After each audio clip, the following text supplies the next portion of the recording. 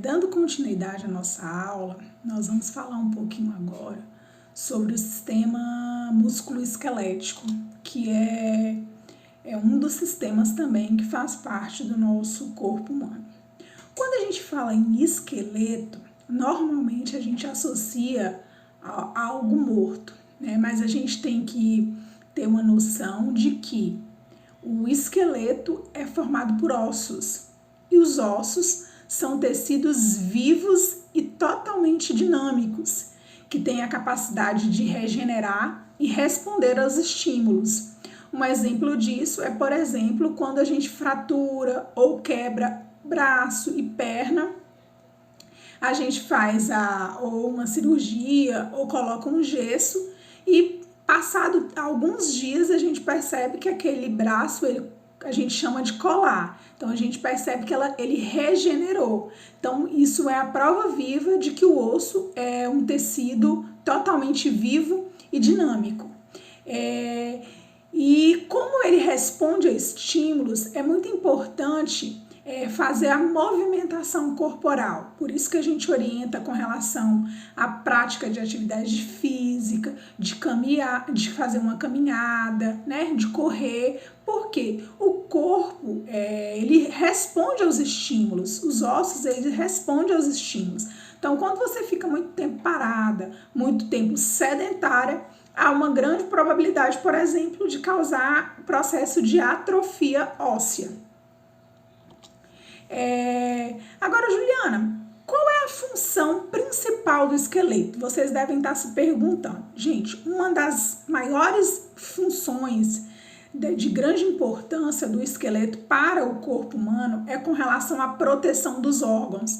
Então, ele funciona como se fosse uma caixinha que guarda os nossos órgãos. Por exemplo, na cabeça, o crânio, ele guarda o cérebro, então ele faz ali aquela proteção dos nossos órgãos. A região torácica ali, as costelas, elas protegem, né, pulmão, todos os órgãos que estão internamente ali. Então, uma das grandes funções do esqueleto é fazer a proteção dos nossos órgãos. Outra função é dar suporte para o corpo e suas cavidades vitais. Então, ele dá aquele suporte ao corpo. Ele é uma base mecânica para o movimento. Então, assim, o esqueleto juntado com a parte muscular, ele promove, né, as pessoas caminhar, andar, sentar. Então, ele é a base do movimento do ser humano. Ele é um armazenamento de sais também, como a gente sabe, tem pessoas que têm falta de cálcio nos ossos, tem que fazer ingestão, né, de cálcio por conta de desenvolver osteoporose, então ele é uma reserva de sais e ele também é um suprimento contínuo de células sanguíneas novas. A gente sabe que dentro dos ossos também tem a medula óssea, né, que é capaz de ser retirada e ser inserida no corpo humano para promover a cura de muitas doenças. Agora, falando do aparelho locomotor, o aparelho locomotor ele é constituído dos ossos, das articulações e dos músculos. E os músculos são os elementos ativos e os ossos os elementos passivos do sistema locomotor. O sistema muscular ele é formado por 3 tipos de músculos. Os músculos estriados, que são aqueles músculos que são controlados pela vontade do homem. Os músculos lisos, que são os músculos involuntários e trabalham para o movimento dos órgãos internos, por exemplo, a peristalse. E temos também o músculo cardíaco, que é um músculo estriado, e apesar de ser um músculo estriado, ou seja, um músculo que é controlado pela vontade do homem, o músculo cardíaco ele não tem vontade própria. Ele é um músculo que move o coração, então ele não é movimentado pela vontade do homem. Ele tem o seu controle voluntário. Juliane, a gente falou as funções do esqueleto, né, dos ossos. E quais são as funções dos músculos? Então, o músculo, ele tem a função de produção dos movimentos corporais, faz com que a gente tenha a capacidade de andar, a capacidade de correr. Então, ele promove os movimentos corporais. Ele estabiliza as posições corporais também, garante que a gente fique em pé, que a gente fique sentada. Ele promove a contração dos esfíncteres também. E ele produz calor. Então, quando o tecido muscular ele se contrai, ele produz calor. Em grande parte desse calor, ele é liberado pelo músculo e usado na manutenção da temperatura corporal. Então, essas são as principais funções do nosso músculo. As alterações músculo-esqueléticas, então, assim, falando um pouco das alterações músculo-esqueléticas, elas podem causar doenças nos ossos, nas articulações, nos tendões e ligamentos ou em uma junção desses quadros clínicos. Então, as patologias músculo-esqueléticas, elas podem ser divididas em artrite, artrose, reumatoide, tem também as dores lombares, e essas são as alterações patológicas musculares que afetam o indivíduo, porque incomoda e tira ele das suas atividades diárias, né?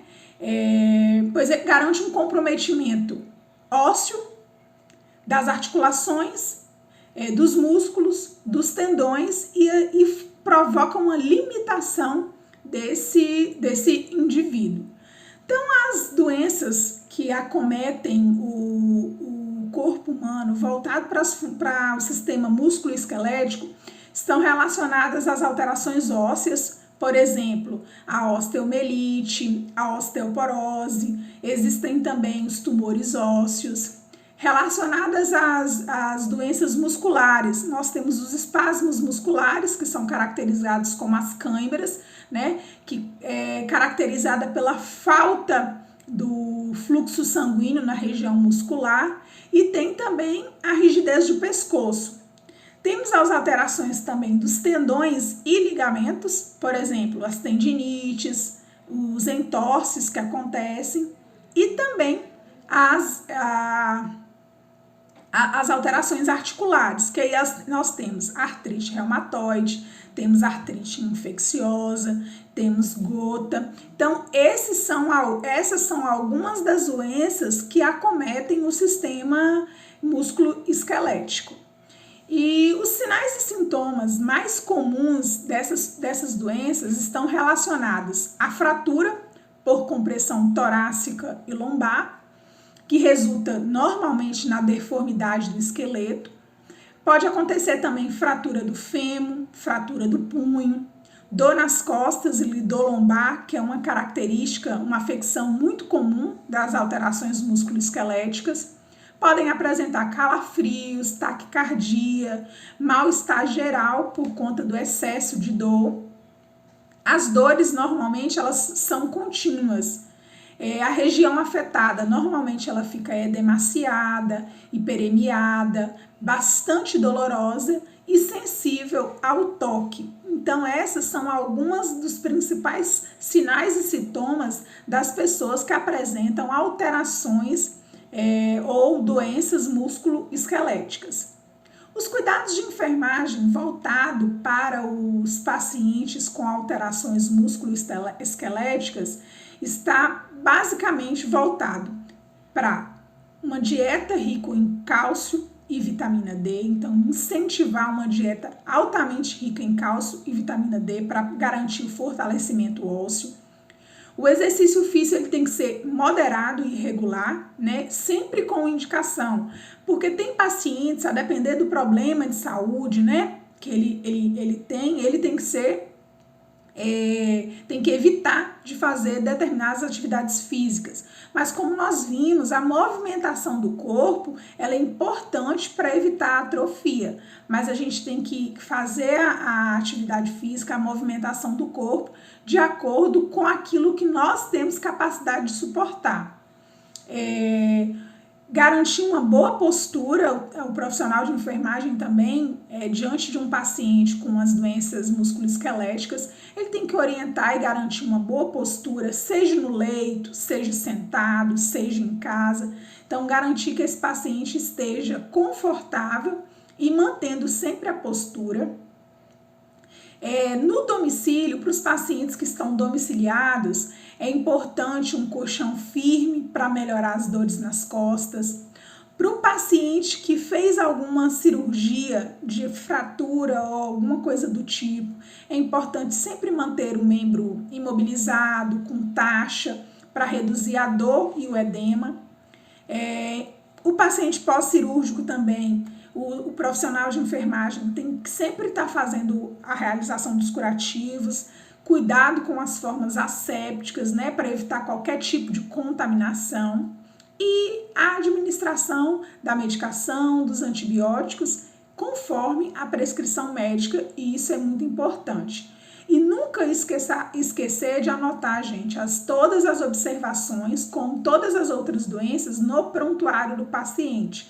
Então, todas as sinalizações, elas devem ser anotadas no prontuário do paciente, permitindo assim que outros profissionais eles tenham acesso aos procedimentos, ao cuidado que foi administrado ao respectivo paciente. E pessoal, dando continuidade, para encerrar a nossa matéria de clínica médica, eu vou falar um pouquinho com vocês sobre a prescrição de enfermagem, como a gente interpreta, né, uma prescrição de enfermagem. Então, a prescrição de enfermagem é uma ordem escrita por um profissional capacitado para ser preparada por um profissional, seja ele um profissional de enfermagem, um farmacêutico. E é importante que vocês saibam que a prescrição é um documento com valor legal e tem responsabilidade sobre ela tanto a pessoa que prescreve, quanto a pessoa que libera essa medicação e a pessoa que administra essa medicação também. Então, nós, profissionais de enfermagem, nós temos total responsabilidade diante da prescrição, porque nós vamos administrar essa prescrição, por exemplo, medicamentosa, né? A prescrição, gente, é importante conter o nome do paciente, o medicamento que vai ser administrado, a via que vai ser administrada, o horário e a assinatura obrigatória do profissional, né, que prescreveu essa medicação. As medicações, elas podem ser do tipo urgência e emergência, aquele paciente que nós estamos ali, né, em um momento de urgência e emergência, é quando é uma necessidade imediata de administração. Existe a prescrição também que o profissional ele coloca quando necessário. Então, assim, tá prescrito e aí ele coloca caso necessário. Se o paciente tiver dor, se houver necessidade de fazer aquele procedimento, a gente vai fazer o procedimento prescrito, mas é só se houver a necessidade. Temos também a prescrição padrão, que é aquela que tem um tratamento contínuo, né, que ela só deve ser interrompida quando o prescritor ele interrompe a utilização dessa medicação, dessa prescrição.